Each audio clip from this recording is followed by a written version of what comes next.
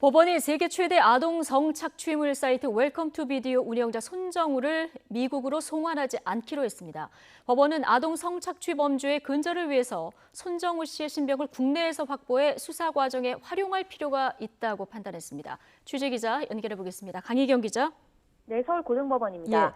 그동안 검찰과 손 씨 측이 법정에서 치열하게 다퉜는데 결국 법원이 손 씨를 미국으로 송환하지 않기로 결정을 했군요.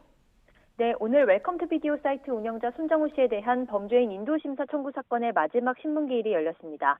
서울고등법원은 손 씨에 대해 범죄인 인도 거절 결정을 내렸습니다. 미국으로 송환하지 않기로 결정한 겁니다. 재판부는 미국에서 같은 범죄로 다시 처벌받지 않는다는 보증이 없다는 손 씨 측 주장 등 범죄인 인도법상 인도 거절 사유는 대부분 인정하지 않았습니다.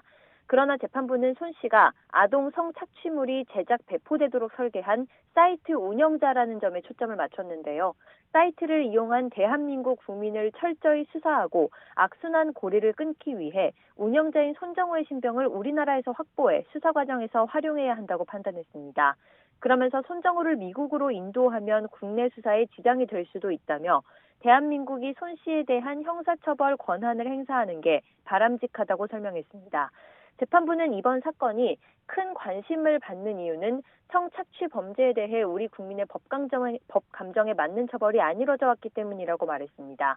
손정우를 법정형이 더 높은 미국으로 보내 엄중한 형사처벌을 받도록 해야 한다는 주장이 나오고 있다는 건데요.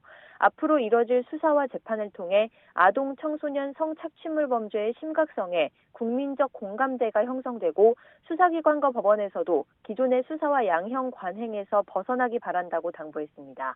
이어 이 사건의 결정이 면죄부를 주는 게 결코 아니라며 손정우 씨가 앞으로 자신의 진술처럼 수사와 재판 과정에 적극 협조하고 정당한 처벌을 받기 바란다고 말했습니다. 앞서 손 씨는 웰컴 투 비디오 사이트를 운영하며 유료 회원 4천여 명에게 아동 청소년이 나오는 성착취물을 배포한 혐의 등으로 징역 1년 6개월의 실형을 확정받아 복역했습니다.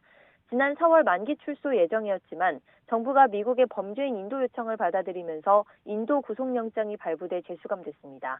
법원 결정이 나온 뒤 손 씨 아버지는 재판부에서 현명한 판단을 내려 감사하다며 남은 죄에 대해 처벌받을 수 있도록 하겠다고 눈물을 흘렸습니다.